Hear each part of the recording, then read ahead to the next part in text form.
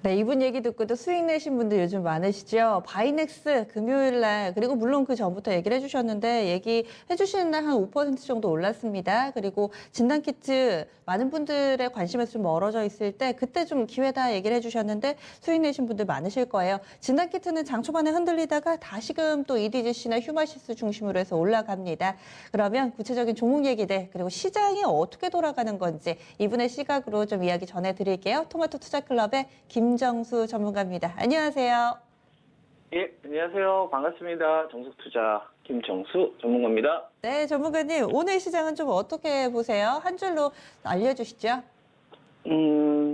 저는 지금 시장은 두 가지가 충돌하고 있다라고 저는 보고 있는데요. 지금 실적은 이제 우리가 그 시장에 대한 좀 펀더멘탈을 이야기할 때 가장 기본적으로 나오는 부분이죠. 그러니까 실적대로 움직인다. 펀더멘탈이 개선되면서 움직인다. 이거는 우리가 시장을 좀 바라볼 때 약간 논리적이다라고 볼 수 있습니다. 시장이 좀 논리적으로 움직인다. 좀 스마트하게 움직인다. 똑똑하게 움직인다. 라고 좀 볼 수가 있는 거고요. 요거에 좀 대치되는 개념이 어떤 거냐면 좀 이슈나 또는 테마나 아니면 어떤 뉴스 정도로 우리가 좀 볼 수 있겠죠. 그래서 이거는 좀 펀더멘탈이라기보다는 좀 모멘텀 플레이, 이렇게 이제 우리가 이야기를 할 수 있을 것 같아요. 그래서 이거는 지금 시장이 좀 논리적으로 움직인다라기보다는 좀 감정적으로 움직인다. 이렇게 좀 표현할 수 있겠죠. 나쁘게 표현하면 거품이라고 이야기할 수도 있는 거고, 이 거품이 숫자가 나오면 모멘텀이 되는 거죠. 그냥 거품이라고 생각했던 산업군이나 종목군들, 예를 들면 진단키트 관련돼서 제가 시젠을 예시로 들었죠. 이게 많이 올랐다라고 이야기했었을 때가 11만 원대였었단 말이죠. 제가 여러분들에게 이야기했었을 때 그거 가지고 저 욕하신 분들도 많으셨는데, 숫자가 나오게 되면 무너지지 않는다. 그죠? 근데 숫자 없이 뭐뭐 한다고 하더라, 카더라 이렇게 되게 되면 거품이 되는 거거든요. 그죠? 그래서 제가 진단키트 관련돼서 시젠을 11만 원대 추천을 드렸었고, 시젠을 못 잡으면 랩지노미스를 사면 된다고 했고, 그 다음에 랩지노미스조차 놓쳤다라고 하면 제가 지난주 금요일에 EDGC를 사면 된다고 말씀을 드렸었죠. 그때가 가격대가 12,000원 내외였었습니다. 그러니까 우리가 지금 시장에서 숫자가 나오게 되면 거품이 아니라 모멘텀 플레이로 가는 시장으로 갈 수가 있겠구나. 그러니까 조금 더 세분화가 되는 거죠. 그래서 큰 틀에서 보게 되면 펀더멘탈에 수렴하려고 하는 시장, 요거는 지수 기준으로 2140선과 2150선이라고 좀 봅니다. 요거에 대한 테스트가 계속적으로 나올 거다라고 보고 있거든요. 왜냐하면 2140에서 2150이라는 숫자는 2018년도 우리나라 주가 밸류 수준이기 때문에 현재 유동장세가 받쳐주는 수준에서 거래되고 있는 거다. 이렇게 이제 제가 말씀을 좀 드릴 수 있을 것 같고요. 그래서 지금은 기업들이 삼성전자나 이 LG전자 같은 이런 기업들이 실적을 좀 발표를 하고 있는 상태이기 때문에 실적이 발표되는 7월 달에서 이제 8월 달 같은 경우에는 대형주들 같은 경우에는 좀 실적에 따라서 좀 주가 밸류가 다시 산정되는 이런 형태가 좀 나올 거다라고 좀 보고 있고요. 그 다음에 이슈나 테마나 뉴스, 요거는 우리가 거품과 그 다음에 진짜 배기를 좀 가려내야 되지 않나. 그러니까 단순히 뭐뭐 한다고 하더라, 카더라, 그런 기업들 같은 경우에 사실 이번에 바이오 제약 가운데서도 좀 많이 무너진 주도 제법 있거든요. 하지만 방송 통해서 여러분들에게 꾸준하게 이야기해드리고 있는 뭐 제넥신이라든지 알테오젠이라든지 바이넥스는 쉽게 무너지지 않죠. 이거는 실질적으로 거품이라기보다는 모멘텀이 반영되는 시장이기 때문에 그런 것들을 좀 옥석을 가리는 거거든요. 그래서 이런 것들 좀 세분화해서 전략을 세우면 전 좋을 거다라고 생각이 들고요. 여기에 반드시 저는 5G 관련된 섹터들도 포함을 시켜야 된다. 주도주 순환매. 이렇게 저는 말씀 좀 드릴 수 있을 것 같습니다. 네, 그러면은 오늘 장에서는 지금 장 초반에는 수소가 잘 가는 듯 싶더니 지금 IT도 잘 가고요. 그러다가 자동차 쪽, 뭐 현대모비스 쪽도 잘 가고 조선 쪽도 좀 움직이는 것 같은데 여기다가 중국 소비까지 들썩여서 어느 쪽으로 무게중심을 좀 둬봐야 될지 시장이 이렇게 다 같이 오르는 거를 마냥 또 반가워하기에는 어떻게 전략을 세우는지 어려워가지고요. 오늘 장의 핵심 포인트 몇 가지 좀 짚어주세요. 예. 어려우면 간망하면 됩니다. 어려우면 간망하면 되고요. 안 하면 되고요. 그 다음에 판단을 안 하면 됩니다. 판단을 안 하면 되고, 그냥 현금을 들고 있으면 됩니다. 그러니까 시장, 내가 이 주식에 대해서, 이게 순환 반등이 추세 전환이 되는 건지, 아니면 낙폭주에 대한 단순한 기술적인 반등이 이어지는 건지, 이게 좀 애매하잖아요. 뭐, 현대모비스 같은 경우는 오늘 반등 나오고, 그러면 자동차 같은 다시 중국 소비자 같이 낙폭주 가는 건가? 이거에 저는 좀 동의는 안 되거든요. 동의는 안 되는데, 반등은 어쨌거나 나오잖아요. 돈의 힘에 의해서. 이랬을 때는 애매하잖아요. 그죠? 산업은 받쳐주지 않는데, 돈의 힘에 의해서 움직이니까. 그러니까 납득이 안 된다 이거죠. 제 기준으로는. 그랬을 때는 저는 안 해요. 그냥 현금 들고 있지. 납득이 되는 것만 하면 됩니다. 납득이 되는 것만. 코로나19와 관련돼서 납득될 수 있을 만한 수혜주는 저는 딱 세 가지 섹터로 보거든요. 첫 번째가 바이오 제약이고, 그 다음에 두 번째가 5G. 그죠? 그 다음에 최근 들어서 제가 진단키트. 저는 이것만 지금 납득되거든요. 그래서 이쪽을 할 게 아니라면 저는 그냥 현금 들고 있자 마인드예요. 이건 납득이 되니까.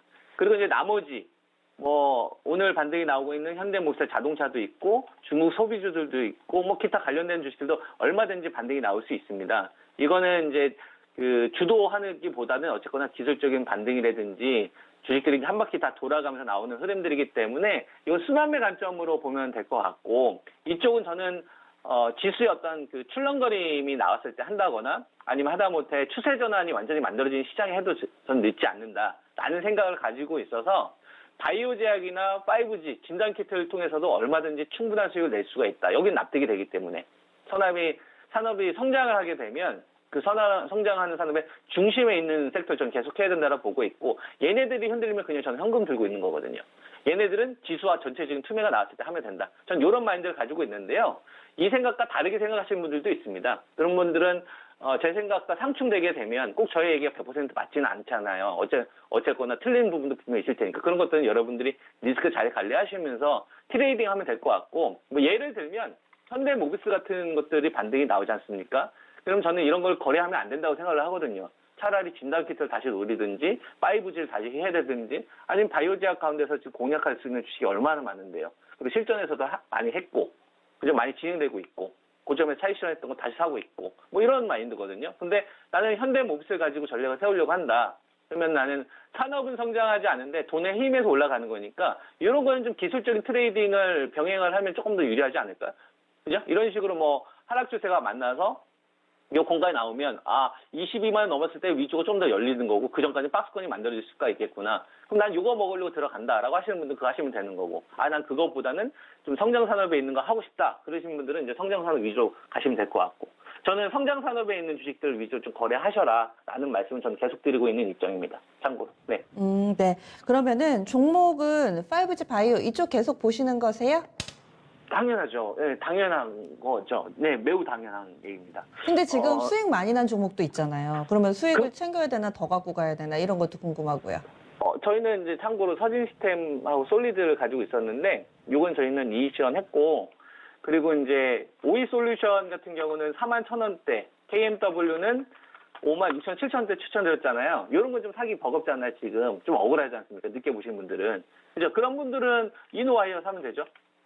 이노와이어 사거나 아니면 HFR 사면 되잖아요. 얘네들은 상대적으로 안 갔잖아요. 그럼 이유를 알면 되죠. 왜 안 갔을까? 프론토로 관련된 부분. 그죠? 그 다음에 T모바일과 스프린트 합병 관련돼서 손정희 씨가 잘 결정 못했지 않습니까? 그 부분이 이번에 화웨이 배제 관련된 모멘텀이 지금 가려지고 있는 거니까, 그러면은 지금 5G 가운데에서 키높이 나올 수 있는 거는 HFR나 이노와이어 하면 되죠. 왜 할 게 없어요. 이거 하면 되는 거고. 그 다음에 바이오 제약 같은 경우에는 지난주에 이제 바이넥스를 좀 추천드렸는데, 오늘은 제가 종목은 좀 공개하기는 어렵고요. 많이 이제 이야기해도 포인트만 제가 알려드릴게요. 대량 생산 체제로 가야 됩니다. 오늘 녹십자가 많이 올라갔지 않습니까? 혈전 치료제 관련돼가지고. 그죠? 근데 녹십자 랩셀이 좀 반등이 나오잖아요. NK세포 면역 항암 치료제 쪽 관련된 부분인데, 이 랩셀이라는 단어가 들어가게 되면 녹십자는 적십자하고 좀 비슷하게 이제 혈액이나 혈장 관련된 쪽으로 관련된 기술이 있다는 의미겠죠? 녹십자는 우리에게 너무나 친숙하니까. 근데 그걸 나눴지 않습니까? GC 녹십자, 녹십자 랩셀. 그죠? 근데 얘네들은 NK세포 쪽 관련된 기술을 이용을 해서 면역 항암 치료 쪽으로 가는 거거든요. 근데 이게 왜 뜰까요? 암젠 때문에 뜨는 거예요. 머크 때문에 뜨는 거고.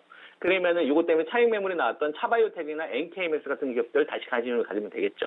이런 식으로 5G에 대한 투자 포인트를 잡으시면 되는 거고, 제넥신하고 제가 이제 바이넥스하고 그다음에 이제 알테오젠 같은 경우는 제가 이전에 이 그림을 보여도 아마 안 보일 겁니다. 아마 이거 좀 안 보일 텐데, 좀 확대를 해서 한번 보세요. 그러면 바이오 제약 관련돼서 순환매가 나오는 포인트가 기본적으로 바이오 제약이라는 것은 이 파이프라인이다, R&D, 그거에 대한 성공 가능성, 시장 가치에 의해서 평가를 받는 건데 그게 100%는 없잖아요. 그래서 확률로서 평가를 받습니다. 확률. 그러니까 임상 실험이 20% 성공할 가능성이 20%냐, 30%냐, 50%냐. 그 확률에 따라서 시장 가치가 매겨지거든요. 그럼 그 확률 높이는 게 뭐가 있습니까? 제조업체가 아니니까. 사람이 중요하겠죠. 그 사람에 의해서 확률이 결정될 거 아니에요. 이 사람이 권위 있는 사람이고 그 분야에서 최고에 있는 사람이니까 이 사람이 오게 되면 아무래도 성공률이 높아질 거 아닙니까? 기관들은 그거 보고 쏘거든요. 이렇게 되면 이 인맥 구조가 되게 중요한 거예요. 그래서 제넥신 투자하시는 분들은 바이넥스나 알테오젠, 크리스탈, 그 다음에 조금 더 힌트를 드리자면 삼성 바이오로직스에서 시작을 해서 그 다음에 녹십자 랩셀과 NKMX와 올릭스와 레오캠 바이오로 이어지는 구조로 보다 보면 요번에 바이오 제약이 움직이는 이 순환매 포인트가 약간 그 타임을 좀 잡는데 많이 좀 도움이 되실 수 있다. 그래서 녹십자 그룹도 좀 관심을 가지시면 좋을 것 같다라는 말씀까지 드리겠습니다. 네, 고맙습니다. 네, 성공 투자하세요. 네.